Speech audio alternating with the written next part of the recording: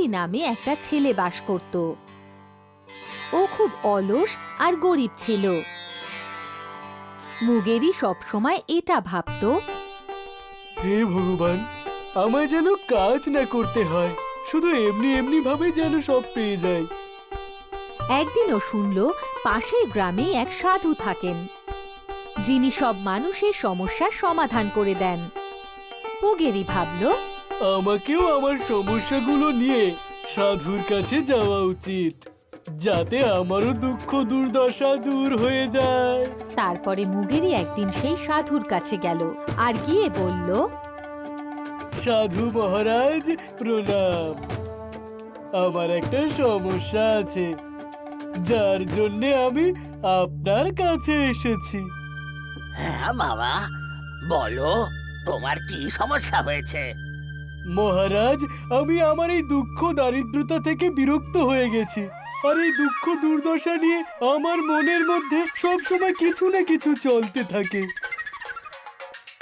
সাধু মুগেরির সব কথা শুনলেন এবং বললেন, আমার কাছে এটা নিবারণ রয়েছে। কেমন নিবারণ মহারাজ?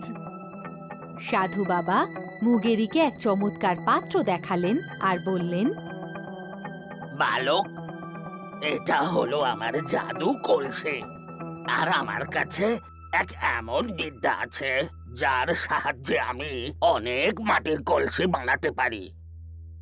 এই কলসির দ্বারা সব ইচ্ছা পূরণ হয়, আর এটা দিয়ে তোমার সব সমস্যার সমাধান হয়ে যাবে। কিন্তু এটা তৈরি করতে অনেক সময় লেগে যায়, আর কাজটাও ভীষণই কঠিন। তুমি কি পরিশ্রম করতে পারবে?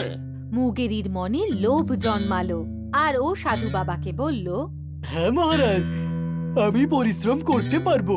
কিছুদিন মুগেরি সাধু বাবার সঙ্গে পাত্র তৈরি করতে লাগলো।